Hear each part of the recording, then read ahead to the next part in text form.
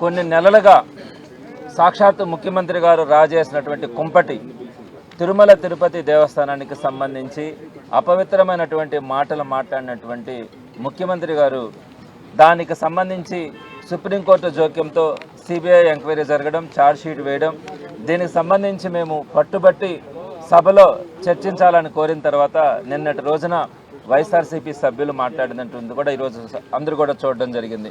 Telugu Desam party కార్యకర్తలతో సహా ప్రతి ఒక్కరూ కూడా నిన్న వైఎస్ఆర్సీపీ పోరాడినటువంటి తీరు కానీ వైఎస్ఆర్సీపీ మాట్లాడిన దానికి అందరూ కూడా హర్షించినటువంటి పరిస్థితి.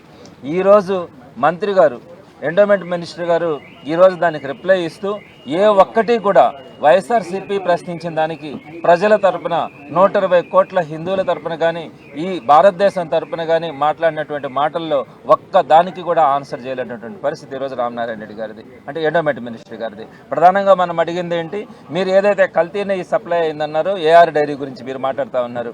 ఈ ఏఆర్ డైరీ మొట్టమొదటిగా మీరు మీ హయాంలోనే ట్యాంకర్ రావడం కూడా జరిగింది, అది నిజమా కాదా? అదేవిధంగా కల్తీ జరిగింది కూడా మీ హయాంలోనే. అదేవిధంగా కల్తీ జరిగిన ట్యాంకర్లు వెనక్కి వెళ్ళిన తర్వాత మీ తెలుగుదేశం పార్టీ నాయకుడు ధూళిపాల నరేంద్ర గారికి సంబంధించినటువంటి సంగం డైరీ అలియాస్ వైష్ణవి డైరీ నుంచి మరలా తిరిగి వెనక్కి వస్తే వాటిని వాడారు, అది నిజమా కాదా? వాటికి కూడా ఆన్సర్ లేదు.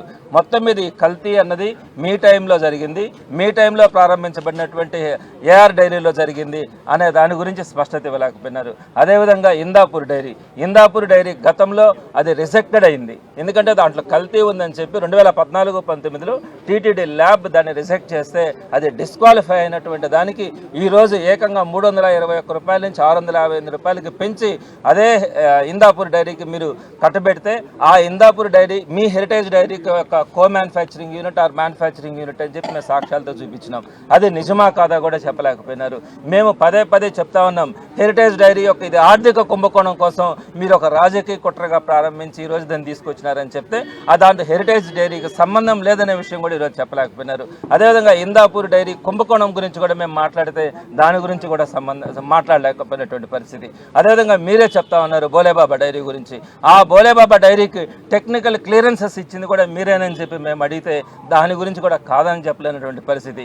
ఈ విధంగా మేము మాట్లాడినటువంటి ప్రతి అంశం కూడా కల్తీ విషయం కానీ, అదేవిధంగా ఆర్థిక కుంభకోణంలో ఏదైతే ఇందాపూర్ డైరీ కానీ హెరిటేజ్ డైరీ కానీ కుమ్ముక్కై చేసినటువంటి కుట్ర గురించి కానీ, అదేవిధంగా బోలేబాబా డైరీ, ప్రీమియర్ డైరీ మీ హయాంలో మీరు నెత్తిన పెట్టుకొని చేసినటువంటి కార్యక్రమాల గురించి కానీ వీటన్నిటినీ కూడా మేము ప్రశ్నించినప్పుడు వాటన్నింటి గురించి సమాధానం చెప్పలేక మరలా మీరు మతాలు కులాలు తీసుకొని వచ్చి రెచ్చగొట్టి మీరు డైవర్షన్ చేయడానికి ప్రయత్నిస్తూ ఉన్నారంటే కొంచెమైనా కూడా సిగ్గుపడాల్సిన అవసరం ఈ ప్రభుత్వానికి ఉందని చెప్పి తెలియజేస్తా ఉన్నాను.